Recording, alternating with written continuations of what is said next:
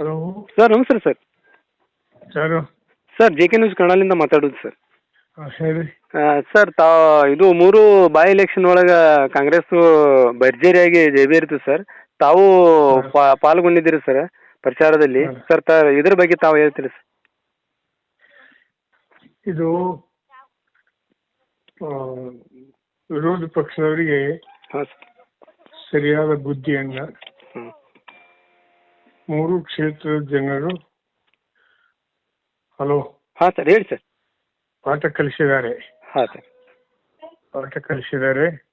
ವಿನಾಕಾರಣ ಮುಖ್ಯಮಂತ್ರಿಗಳಿಗೆ ಆರೋಪ ಮಾಡೋದು, ಬೇರೆ ಬೇರೆ ಸಚಿವರ ಮೇಲೆ ಆರೋಪ ಮಾಡೋದು ಸರ್, ಇಂಥ ಆರೋಪದಲ್ಲಿ ಹಾಂ ಸರ್ ಕಾಲಹರಣ ಕಳೆಯೋದು ಹಾಂ ಸರ್ ಬೇಡ ಅಂತ ತಿಳ್ಕೊಂಡು ಅವ್ರಿಗೆ ಕಿಚ್ಚ ಮಾಡ್ತಿದ್ದಾರೆ. ಹಾಂ ಸರ್. ಹಾಂ ಸರ್ ಅಭಿವೃದ್ಧಿ ಪರವಾಗಿ ಮಾತಾಡೋದು, ಹಾಂ ಸರ್ ಅಭಿವೃದ್ಧಿ ಪರವಾಗಿ ಟೀಕಾ ಮಾಡೋದಿತ್ತಂದ್ರೆ ಸರ್ ಅದಕ್ಕೆ ಸಾರ್ವಜನಿಕರು ಬೆಲೆ ಕೊಡ್ತಾರೆ. ಹಾಂ ಸರ್.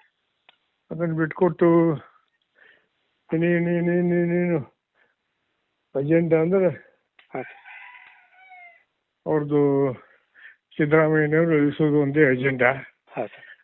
ಅದಕ್ಕೆ ಜನರು ಹಾಂ ಸರ್ ಇನ್ನಾದರೂ ಬುದ್ಧಿ ಕಲೀರಿ ಅಂತ ತಿಳ್ಕೊಂಡು ಅವರಿಗೆ ಪಾಠ ಕಲಿಸಿದ್ದಾರೆ. ಹಾಂ ಸರ್. ಸರ್ ವಕ್ಫ್ ಬೋರ್ಡದ ಬಗ್ಗೆ ಬಿಜೆಪಿ ಅವರು ಟೀಕಾ ಮಾಡ್ತಿದ್ರು ಸರ್. ಇದ್ರ ಬಗ್ಗೆ ಏನು ಯಾವುದು ಇಫೆಕ್ಟ್ ಅದಾಗಿಲ್ಲ ಸರ್? ಅದು ವಕ್ಫ್ ಬೋರ್ಡ್ ಇರ್ಲಾರ್ದರ ಸಮಸ್ಯೆನ ಹುಟ್ಟಾಕೋದೇ ಬಿಜೆಪಿ ಮೂಲ ಧರ್ಮ. ಹಾಂ ಸರ್. ಅದು ಅವ್ರ ಕಾಲಾಗೂ ಆಗಿದೆ. ಹಾಂ ಸರ್.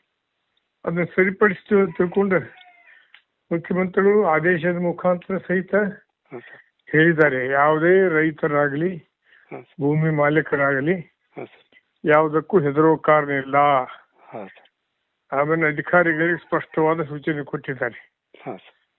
ಯಾರ್ಯಾರಿಗೆ ನೋಟಿಸ್ ಕೊಟ್ರಿ ನೋಟಿಸ್ ವಾಪಸ್ ತಗೊಳ್ರಿ, ಮತ್ತೆ ಯಾರ್ಯಾರಿಗೆ ಅವ್ರ ಜಮೀನು ಮೇಲೆ ಒಬ್ಬನ ಹೆಸರು ಹಾಕಿದ್ದಾರೆ ಅಧಿಕಾರಿಗಳು, ಅದ್ರ ಸಹಿತ ಕಾನೂನಾತ್ಮಕವಾಗಿ ವಾಪಸ್ ತಗೊಳ್ಳಿ ಅಂತ ತಿಳ್ಕೊಂಡು ಆದೇಶನ ಮಾಡಿದ್ದಾರೆ.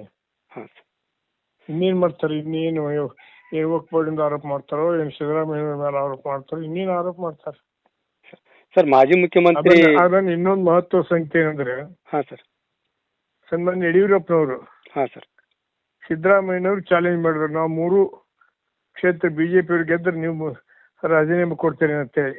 ಹಾಂ ಸರ್. ಈಗ ಯಡಿಯೂರಪ್ಪನವ್ರು ಏನ್ ಮಾಡ್ತಾರೆ ಅನ್ನೋ ಪ್ರಶ್ನೆ ನಾನು ಅವ್ರನ್ನ ಕೇಳ್ಬೇಕತ್ತೆ. ಸರಿ ಸರ್. ಹೌದಲ್ರಿ? ಸರಿ ಸರ್. ಯಾವಾಗ ಒಬ್ಬರನ್ನ ಹೊಣೆಗಾರನಾಗಿ ಕೇಳ್ಯಾರ ಅದಕ್ಕೆ ಅವರು ಸಿದ್ಧಿರ್ಬೇಕಲ್ಲ. ಹೌದು ಸರ್. ಅದಕ್ಕೆ ಸನ್ಮಾನ್ಯ ಯಡಿಯೂರಪ್ಪನವರು ಎಲ್ಲಾ ಸ್ಥಾನಗಳಿಗೆ ರಾಜೀನಾಮೆ ನೀಡಿ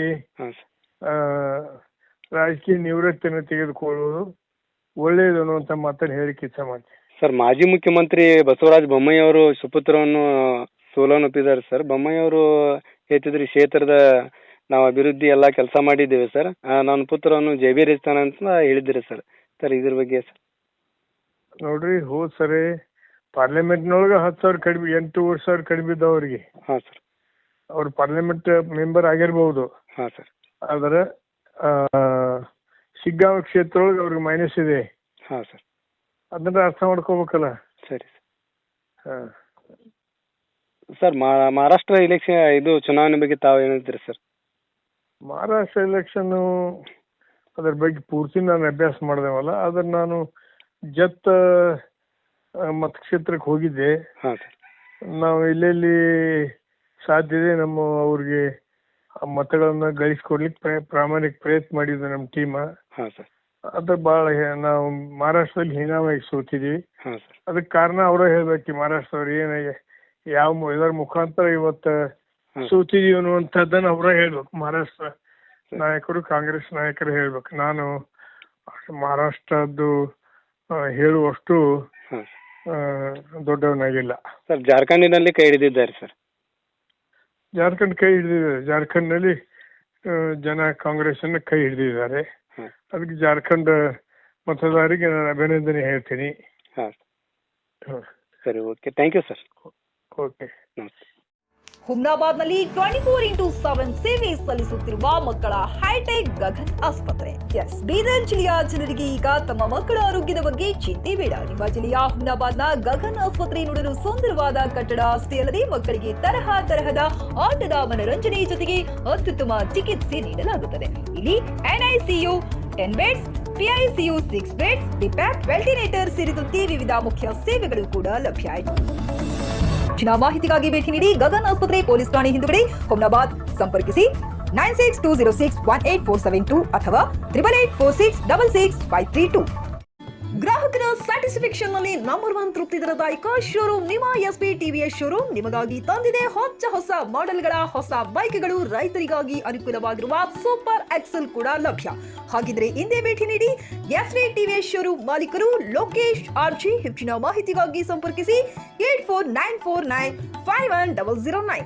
ನಾಗಲಕ್ಷ್ಮಿ ದಾಬಾ ಹತ್ತಿರ, ಗುಲ್ಬರ್ಗಾ ರೋಡ್, ಹುಮ್ನಾಬಾದ್.